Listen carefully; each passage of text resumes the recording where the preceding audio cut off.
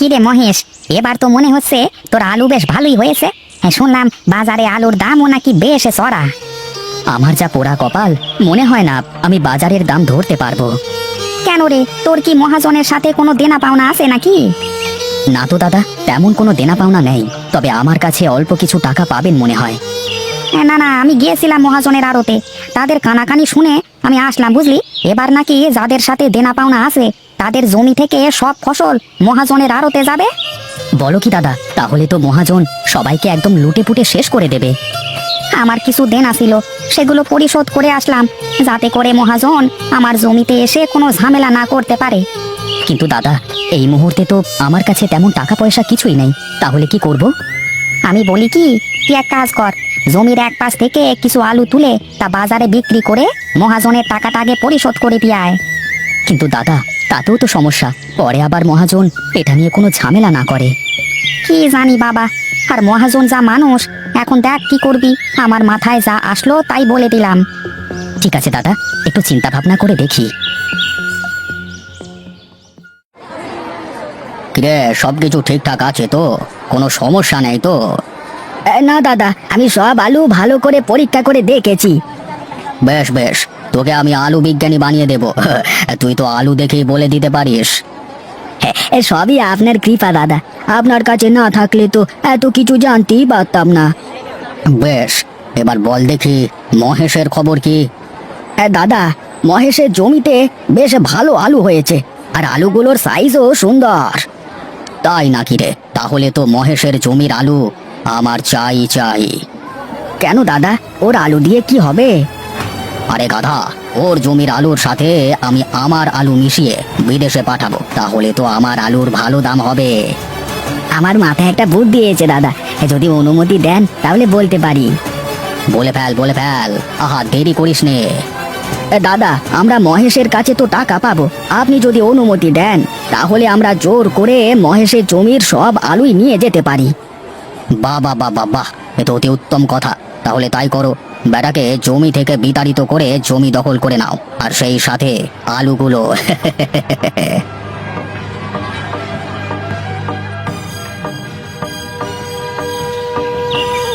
বুঝলে গিন্নি, এবার গরমের ভাব ভালো না, দেখছো কেমন করে গরম পড়ছে? হ্যাঁ গো, তাই তো দেখছি। এবার তো আলুর দাম ভালো, কিন্তু এই গরমে রাখাই তো কষ্ট হয়ে যাবে। রেখে আর কি হবে, তার চেয়ে ভালো এক্ষুনি জমি থেকে তুলে বিক্রি করে দাও। মহেশ, তোমার সাথে কিছু কথা ছিল। 1 মিনিট দাঁড়াও দাদা, এই তো খাওয়া শেষ। হ্যাঁ দাদা, বলো দেখি কি বলবে। আমাকে মহাজন পাঠালো বুঝলি, তো তোর কাছে বকেয়া যে টাকা পাওনা আছে সেটা এক্ষুনি পরিশোধ করতে হবে, তা না হলে মহাজন তোর জমি দখল করে নেবে। হ্যাঁ দাদা, আমি তো পথে বসে যাব, আমার তো ওই একটুকু জমি সম্বল। দেখো মহেশ, এত কিছু তো আর আমি জানি নে, মহাজনের যা হুকুম আমি শুধু তাই করি। দাদা, আপনি একটু মহাজনকে বলুন না, মহাজন তো আপনার সব কথা শোনে। ওরে বাবা রে, আমার সে সাধ্য নেই, সে আমার কথা শোনে না, আমি তার কথা শুনি। হ্যাঁ দাদা, একটা কিছু করো না, তা না হলে যে বউকে নিয়ে রাস্তায় নেমে যাব। দেখ মহেশ, আমার কিছুই করবার নেই, এক্ষুনি টাকা দিবি, নয়তো জমিতে আর যেতে পারবি না।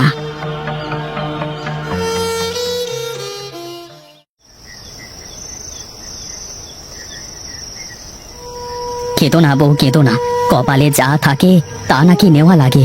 কি জানি কোন পাপের শাস্তি পাচ্ছি আমরা। ওগো, আমাদের সাথে কেন বারবার এমন হয় বলো তো? আমি যদি তা জানতাম তাহলে তো সমাধানই করে ফেলতে পারতাম।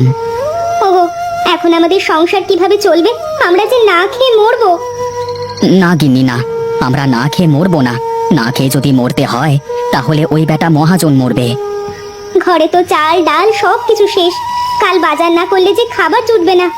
তুমি চিন্তা করো না গিন্নি, কিছু না কিছু তো একটা করতেই হবে আমাকে। এখন শুয়ে পড়ো, যা হয় কালকে সকালে দেখা যাবে। ঘুম যে আসে না গো, এত চিন্তা মাথায় নিয়ে কি কারো ঘুম আসে বলো? না ঘুমালে তো আরো বেশি অসুস্থ হয়ে যাবে, তার থেকে ভালো তুমি ঘুমাও।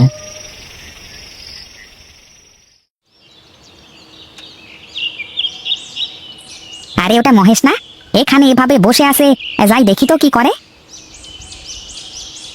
কি রে, এখানে একা একা বসে কি করিস? কি আর করবো দাদা, সবই তো শুনলাম, কি আর করবার বল। আসলে কপালে থাকলে কি আর করা যাবে বল। কিন্তু দাদা, আমার সাথেই কেন বারবার এমন হবে? শোন, যা হয় নাকি ভালোর জন্যই হয়। মন খারাপ করিস না মহেশ, তা এখানে বসে কি করিস? হ্যাঁ, বাজারে যাচ্ছিলাম বাজার করতে, কিন্তু এ কটা টাকায় কি বা হবে আর কি বা করব, তাই ভেবে বসে পড়লাম। আমি একটা বুদ্ধি দেবো তোকে। কি বুদ্ধি? বলো দেখি দাদা, শুনি। এই দেখ কত লেবু, এগুলো সবই আমার গাছের লেবু। তুই চাইলে লেবুর ব্যবসা করতে পারিস। কিন্তু এত লেবু কেনার মতো পয়সা তো আমার কাছে নেই দাদা। আহা, যা আছে তাই দে না, আর বাদ বাকি বেচা কেনা করে তারপর না হয় দিস।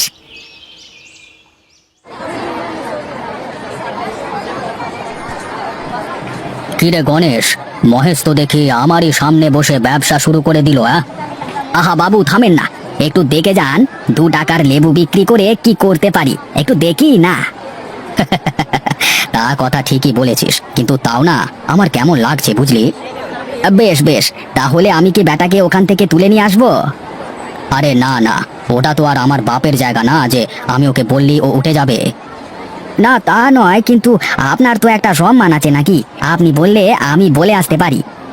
না না, কি দরকার, থাক না বেচারা, এমনিতেই ফসলগুলো হারিয়ে এখন পথে বসেছে, না জানি এখান থেকে তাড়িয়ে দিলে গলায় দড়ি না দিয়ে দেয়। যাক, একটা চিন্তা তো গেল, এখন থেকে আর বসে থাকা লাগবে না। যাই, এবার বাজারটা করে বাড়িতে ফিরে যাই।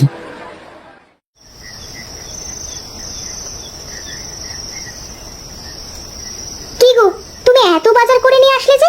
এত টাকা কোথায় পেলে? ব্যবসা শুরু করে দিয়েছি গিন্নি, লেবুর ব্যবসা। তাই নাকি?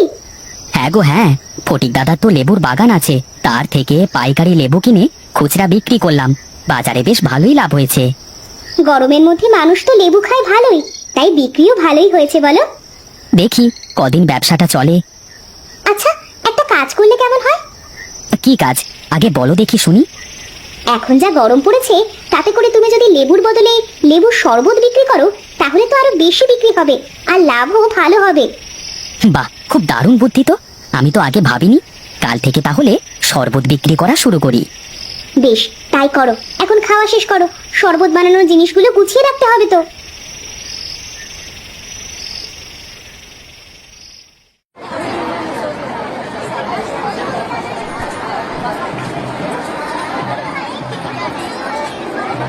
কিরে গণেশ, আজ মহেশের কাছে মানুষের এত ভিড় কিসের রে? কোনো জাদু দেখাচ্ছে নাকি? না দাদা, জাদু আর কিভাবে দেখাবে, কাল লেবু বিক্রি করে আজ বেটা লেবুর শরবত বিক্রি শুরু করেছে। তাই নাকি রে? ও, ঠান্ডা পানি দিয়ে লেবুর শরবত, আমার তো মুখে জল চলে আসলো রে। সে কি কথা, তাহলে কি আমি গিয়ে আপনার জন্য 1 গ্লাস নিয়ে আসবো? না না থাক, আমি নিজেই যাচ্ছি, দেখে আসি কি ব্যাপার।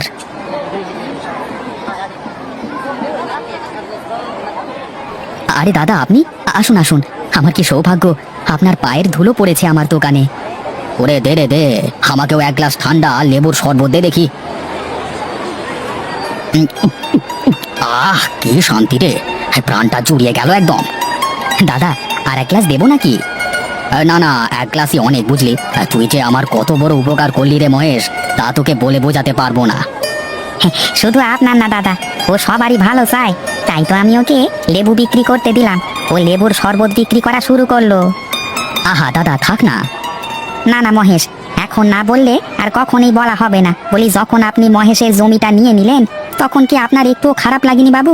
এখন বেচারা পথে বসে শরবত বিক্রি করে।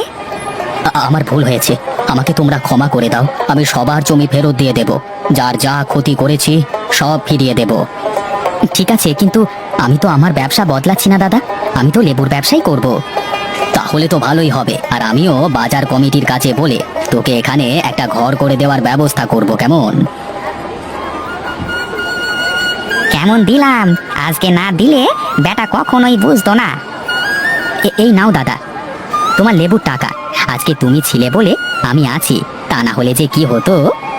আরে পাগল, মানুষ তো মানুষের পাশে দাঁড়াবে, আর তাছাড়া আমি তো আর তোকে এমনি এমনি দিইনি লেবুগুলো। তারপরও দাদা, তোমার এই উপকার আমি কখনো ভুলবো না। তোর এই উপকারও মানুষ কখনো ভুলবে না। গরম আসলেই মহেশ তার বিখ্যাত শরবতের কথা সবার মনে পড়বে।